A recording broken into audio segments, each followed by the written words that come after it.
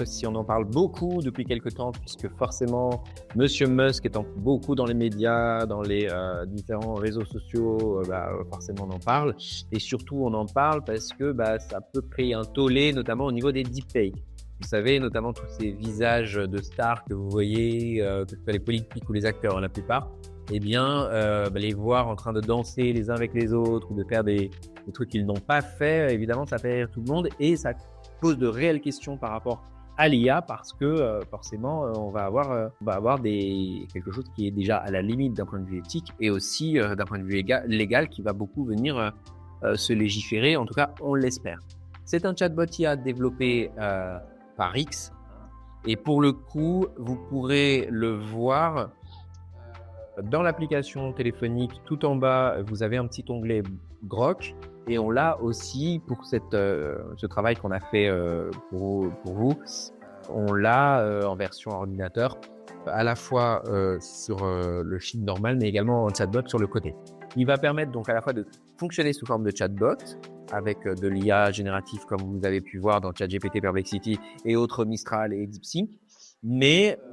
ce qui est très intéressant pour le coup au départ, c'est d'essayer de générer des images et d'aller plus loin sur cette génération d'images. Donc pour le coup, l'avantage de Grok, c'est que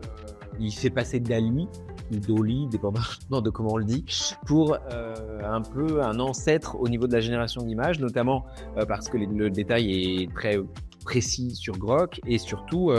il propose plusieurs options, donc on a de quoi travailler avec lui sur quelque chose de plus affiné. Voilà, alors avant de vous montrer en live, que vous dire d'autre sur Grok, c'est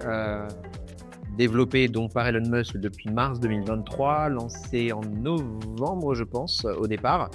et pas forcément justement avec cette petite onglet qui le mettait en avant. On est donc sur une IA qui est en version 1, 2, 3, je ne sais plus à quelle version on est d'ailleurs. Mais il y a eu un 1, il y a eu un 1.5, il y a eu un 1.5V, un 2, un mini, bref, vous avez eu plein d'options. Et là, en l'occurrence, on arrive à une nouvelle option où on va tester directement les résultats. Alors, d'abord, d'un point de vue génératif, comme vous pouvez le voir ici. Donc ici, vous avez Grok sur la version ordinateur et donc on peut lui poser des questions de la même manière que on va les poser à ChatGPT et avec des réponses qui peut donner soit des posts directement ou des pages web dans les réponses de